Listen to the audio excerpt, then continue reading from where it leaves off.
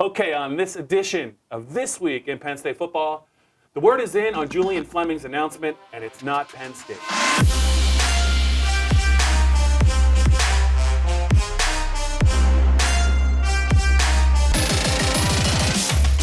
Okay, Greg, you kind of said it a couple of weeks ago. You had a feeling Julian Fleming might be going to Ohio State, and for once, one time, you were right. Congratulations. I don't think the Penn State fan base is very happy with you, but kudos. Why do you think you picked Ohio State? Well, so I stopped to get gas on the way in to shoot this video this morning, and someone commented that I was wearing Ohio State red because I was happy that Julian picked Ohio State. I didn't even ponder that when I was getting ready to go this morning. That's subliminal. It's something. It's something somatic, psychosomatic. You did something without even knowing it. You do that a lot. I didn't do laundry, so that's why this was the only clean shirt I had. So, hey, at any rate, you look at this decision for Penn State. Obviously, with Julian, he's a kid that Penn State's recruited for a very long time. He's a kid that most assumed was a lock to be a Nittany Lion. But it looked that way about 2 months ago. Yeah, over the last few weeks, like a month and a half, Bob, it really went the other way. Brian Hartline, the receivers coach at Ohio State, played a significant role in this. I won't be surprised to hear that Justin Fields played a role in this. And you can't forget about Ryan Day. I think he's very quickly figured out how to recruit kind of like Urban.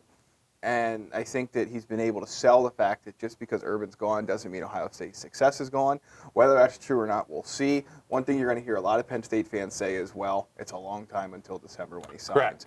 Here's the deal, folks. He's going to early enroll. He's already said he's going to enroll at the school of his choice, which we now know is Ohio State, in January. So Penn State, it's not like they have the entirety of the 20, if they would, maybe go to a Big Ten title or something like that, they have a short window here to flip him because he's not a kid I think that's going to make it, a rash decision to flip in December when he's going for a state title. If he's going to do that, it's going to be earlier. So I don't think he's a kid that wants to change his mind.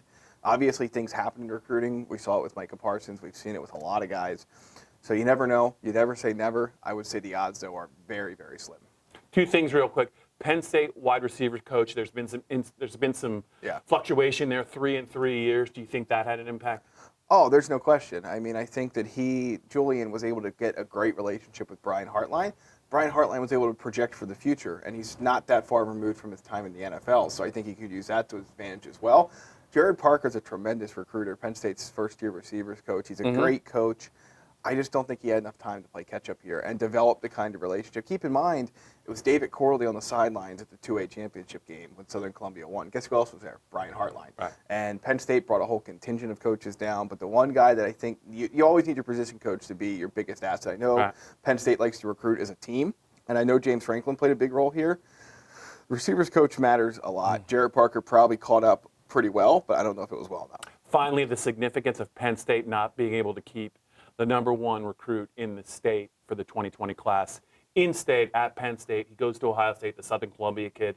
What does that mean to Penn State? Yeah, people want to check out your story about how Penn State's done with #1 recruits over the last handful of years. It's not all that pretty, but the difference is there are a lot of excuses, I think, for those, Whippeal, Philadelphia, areas that Penn State's been, schools that Penn State's been hit or miss in.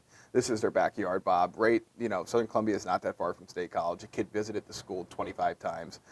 It's a blow. There's no question. It's a major sting, but you can't predict things in recruiting. I think it's a huge upset. There's no doubt, but it's just the way it goes sometimes. Okay, in summation, Julian Fleming from Southern Columbia is an Ohio State Buckeye, and Greg Pickle, a Penn State reporter, is wearing Buckeye colors.